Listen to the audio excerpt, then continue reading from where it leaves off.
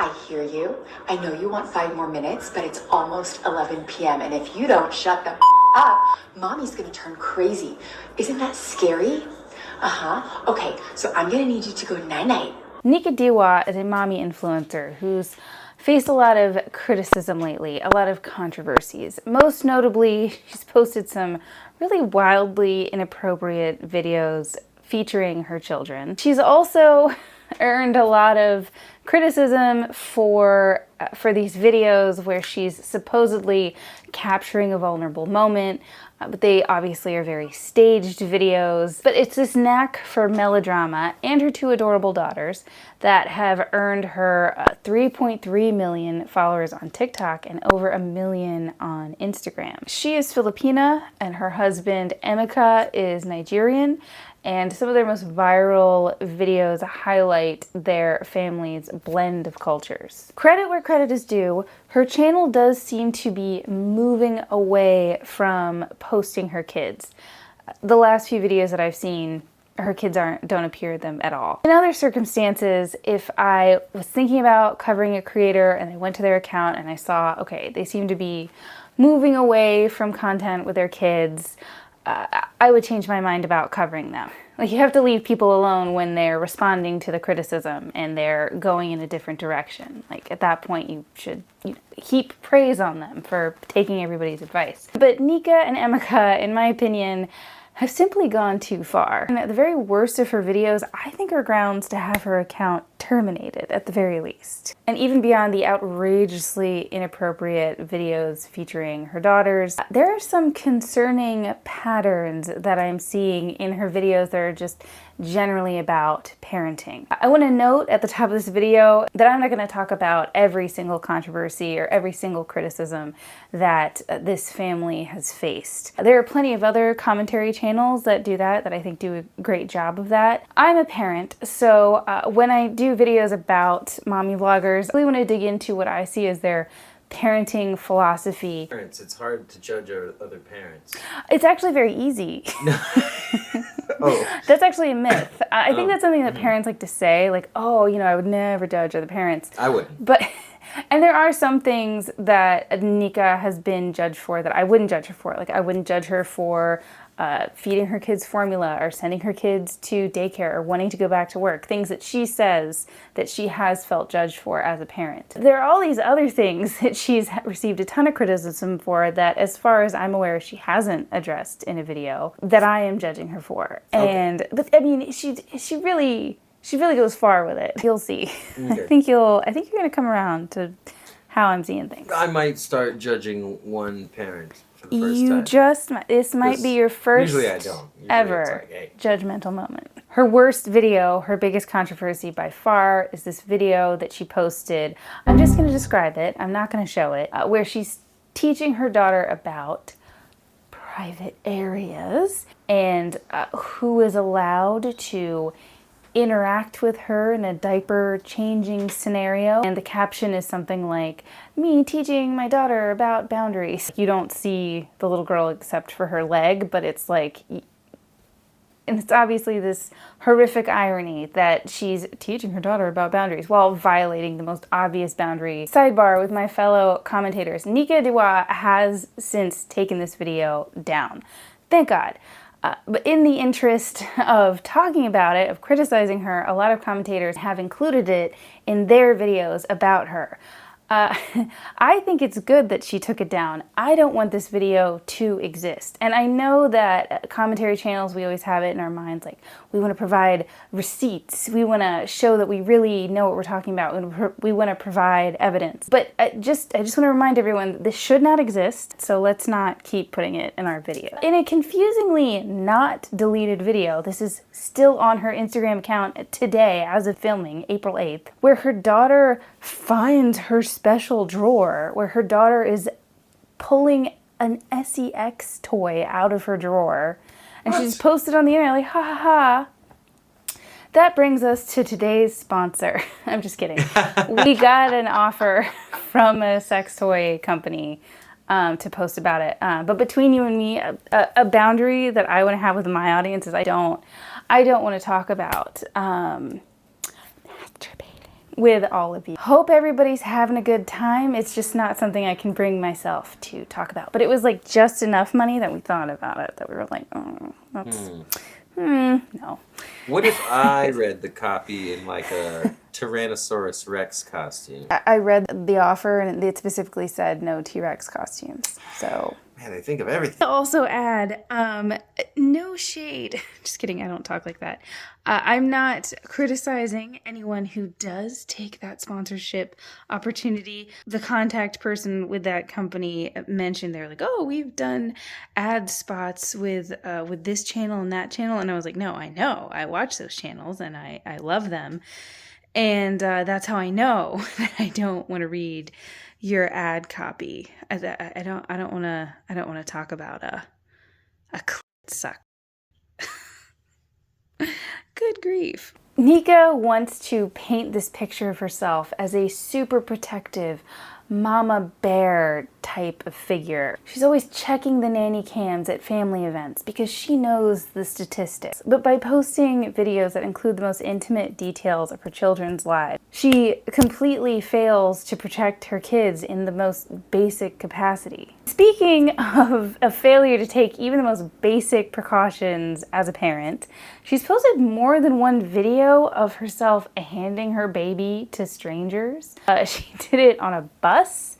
She also did it on a plane. She gave the crying baby to a stranger on the bus. Stranger on the bus, And yeah. just said, hey, can you walk him up and down here so I can... She said, can you just deal with this for a second? She even posted a video of teaching her daughter a password that she could use in case a stranger ever comes up to her and says, oh, my mom told me that I can pick you up from school today. You should come with me. And so in the video, she's saying like, oh, well, you're going to ask them what's the password and then what should our password be? And then they say it in this video. They say the password? And then she said in the video, like, don't worry, we changed the password later.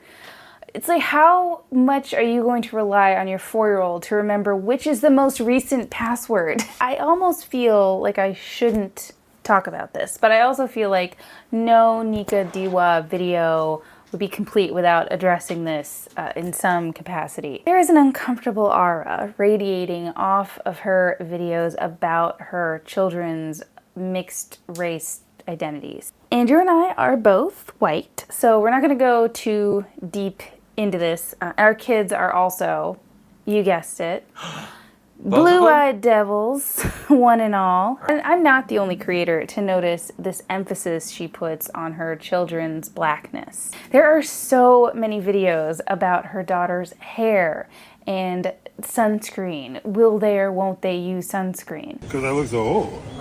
How dare you?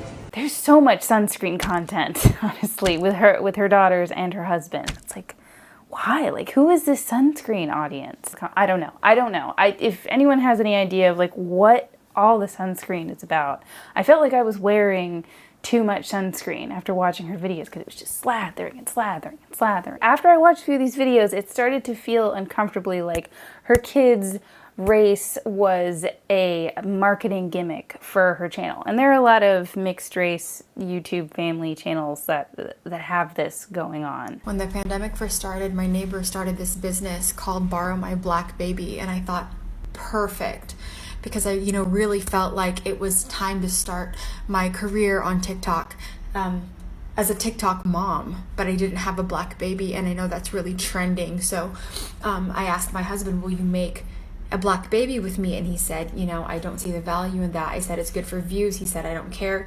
And so, until I can convince him that this is an asset to our future, yes, I will be continuing to borrow my neighbor's black baby. Yes. I can absolutely understand feeling exasperated as a parent of a mixed race child and the stupid comments people make and having to explain over and over, like, yes, this is my kid. But it's just video after video and they're all kind of the same. Like, she posted this one video about, like, oh, my daughter's wearing a bonnet for the first time. And then later, oh, I'm wearing a bonnet to support my daughter in her bonnet wearing. And these are quite a bit apart. Like, surely the novelty has worn off at this point. But she just keeps coming back and back to that same well. It's always the most shallow exploration possible of what this experience is like. And then when she posts videos like this, where she's talking about a mean comment, like a cruel comment that somebody made about her kid's hair, why do you want to expose your kid? They're already going to have to deal with some of that in real life. So why do you want to expose them to that, to the huge amount of stupid, unhinged, rude, overtly very racist comments that you know people are going to make on the internet? Like, what? I don't know. Again, I don't have mixed race kids. I can't really speak to that experience, but I can imagine that if I did, I would want to protect them from that. Surely that's something we would wait until they were an adult to figure out how they felt about it and speak about it in their own time, in their own way.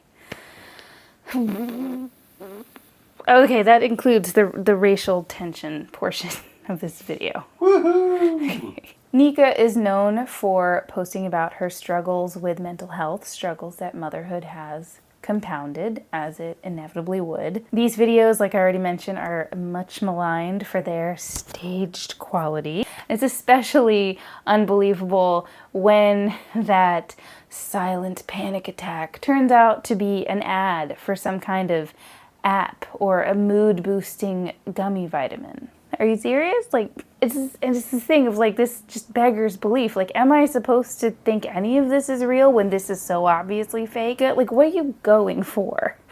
I genuinely can't tell. But it seems like a performance. Like no, it definitely is. Like There's no way it isn't. It. Oh my God. I don't think that there's any way that it's real. I never saw any of those.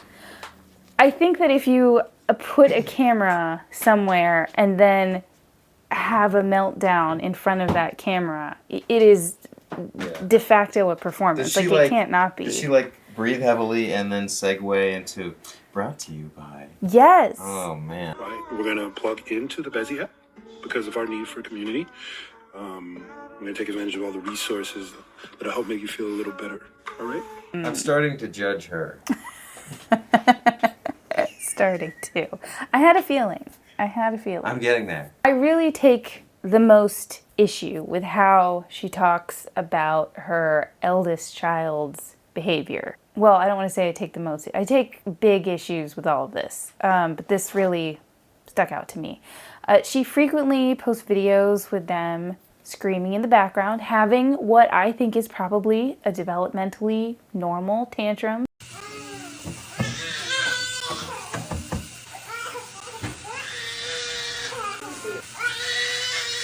She also posts videos where it's like, this is my difficult child. Like, there they are, my difficult child.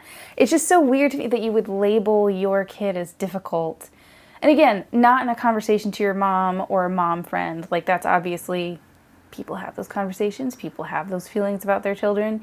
But to say it to a huge audience of people in what is essentially an entertainment product, I don't know about that. I think that is bad parenting. I don't know. I've had half a glass of wine before we filmed this, so I'm feeling you are on fire. Really opinionated. And I didn't drink while I was pregnant, unlike some people. So it's really hitting me. This video where she's like, how do you teach your children gratitude? Like, my daughter is not as naturally expressive in gratitude. My daughter isn't the most expressive with gratitude, and I, come from an immigrant family, and so I just didn't know, like, how do you make your children be grateful? The more I think about this video, the more it annoys me. I'm not going to play the whole video because she put copyrighted music under the whole thing. I may not be able to play any of that video, but in it she talks about remembering a trip to the Philippines where she's in her car and kids come up to the car and are asking for food. And she brings it up to say, how do I make my kids more like these kids, not entitled and really grateful for everything that they receive. I would much prefer that my children take it for granted that their basic needs are going to be met than for them to be especially grateful for everything that they have. It really troubles me that her thought is, how do I make my kids more like these children who are enduring poverty? You know what I mean? Like, and not why would the thought not be like, how do I help these impoverished children in the Philippines. But then if she did offer some assistance, they might not be as grateful seeming. And you know how annoying that is. There's just something really off there, I feel. I notice these days that when you push back against oversharing, people accuse you of, well, this is just real life. And I'm a millennial mom, and I see a lot of my cohorts talking about feelings of isolation after becoming parents and the depression that can come along with that. And just how your identity gets kind of stripped away after having kids, and how your relationship changes so much after. I mean, not Andrew and I, but other people I've heard have that issue. We've been parents most of the time we've known each other. Yeah, we got married quick. There is a huge difference between talking about the general hardships of parenting and specifically identifying your kid's behavior as the cause. I can totally understand the impulse behind a lot of family vlogging channels where they start out thinking, oh, this is a cute, funny video of our kid.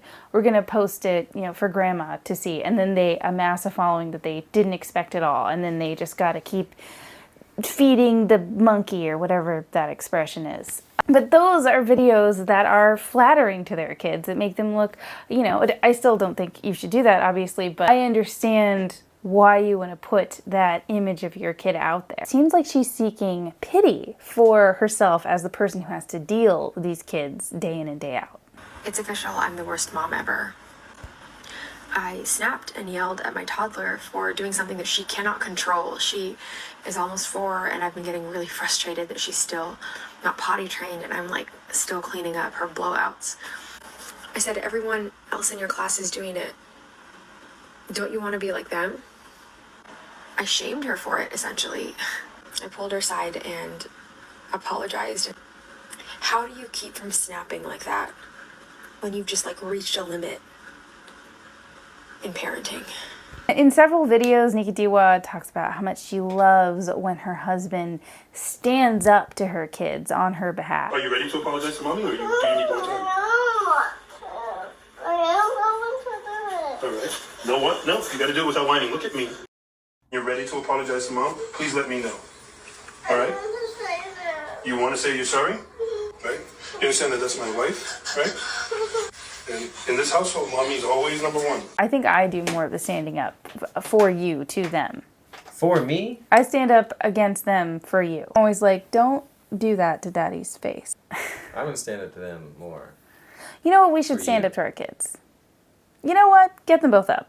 Your mom, your daughter, me. Go. It's my wife.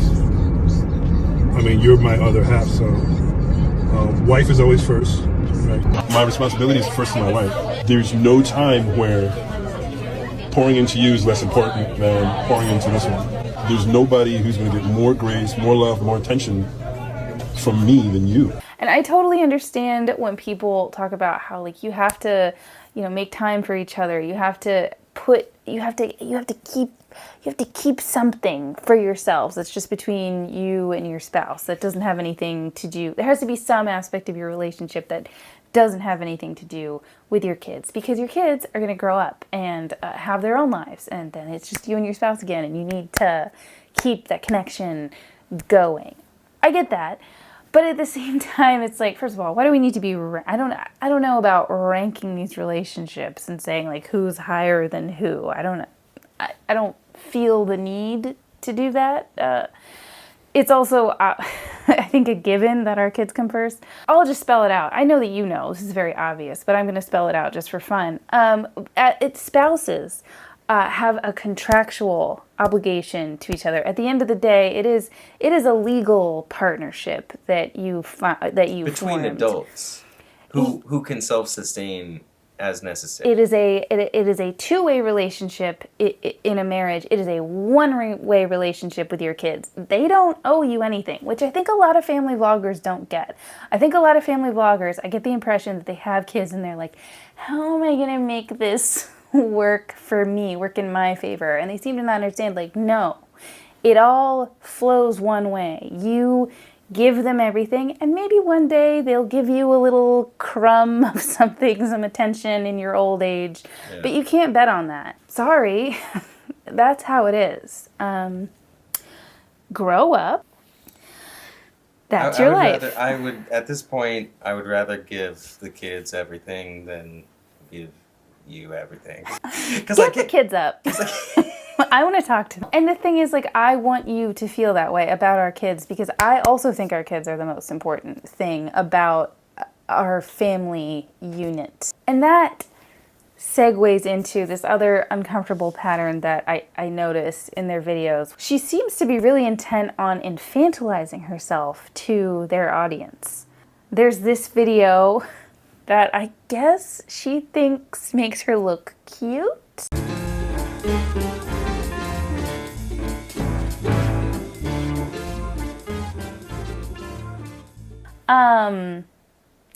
I think childlike is the nicest way I can describe her affect in this video, which again, I think is a performance. I don't think that she's actually like this in a store. Yeah, she seemed like she had never been in a store before, and her husband was just lovingly supervising her, like, I hope she doesn't break anything. Yeah. I might have to get in there if she touches too much stuff.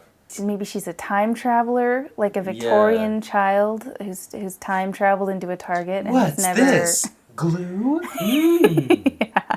Amazing. There's also this video where her husband is comforting her after a difficult day, and he's comforts her with activities like coloring. He's like, "No, honey, we're gonna go and we're gonna color together." And I can't emphasize enough how much that would enrage me if that were Andrew and I had a tough day, and he's like, "Honey, I'm gonna make you a mug of hot chocolate, and we're gonna go and we're gonna skip rope together." And that's fine. You know, people can take care of each other in different ways. You know, if that's what she wants. You know those little tiny cute bottles of Prosecco? What if I just like opened the door? And well, that would be very welcome. Put one of those in there silently and just left silently it. Just leave the and bottle. Just left it. Yeah, I think that says. He didn't say like, "Oh, I put it in a sippy cup and I gave you a special straw." Cup for you, and it has a special star-shaped straw. No. That also honestly would also be quite nice. But no, because in light of these other videos where she wants her husband to take her side, where it's like it's me versus the kids and I always win. It just seems like she's competing with her kids for her husband's attention, affection, and I feel that is very unhealthy. And I know what you're thinking. Oh, maybe there's like an absent father figure situation. Maybe this is something she was looking for in a relationship because she never got that growing up. Nope, here's her dad. They seem close. It doesn't make any sense. When I started making this video, I only knew about her most controversial videos, and I couldn't conceive of why you would literally expose your children on the internet like that. I think it's hard for people to make adult decisions when they see themselves as the baby. And that's it. Was that enough of a... I wanted that to pop. It did. Okay. I wasn't really paying attention. You didn't seem interested. Okay. But, that's all I've got on Nika Diwa. Thank you so much for watching. I think I'm going to keep with the family vloggers for a while. So if there are any that you would like to see covered, please comment that down below. I think I'm going to do the LeBrants next. Thank you so much again for watching. Is there anything else I need to say? Nope. Subscribe if you haven't already. I'll just do my usual spiel. Subscribe and turn on the bell for notifications because we never know when we're going to post again. You know, we're parents. We are not full-time family vloggers. We've got stuff going on that gets in the way of this, our third baby. That is our YouTube channel. Thank you for watching. Was that cute? Yeah. Thank you for watching, and we'll see you next time.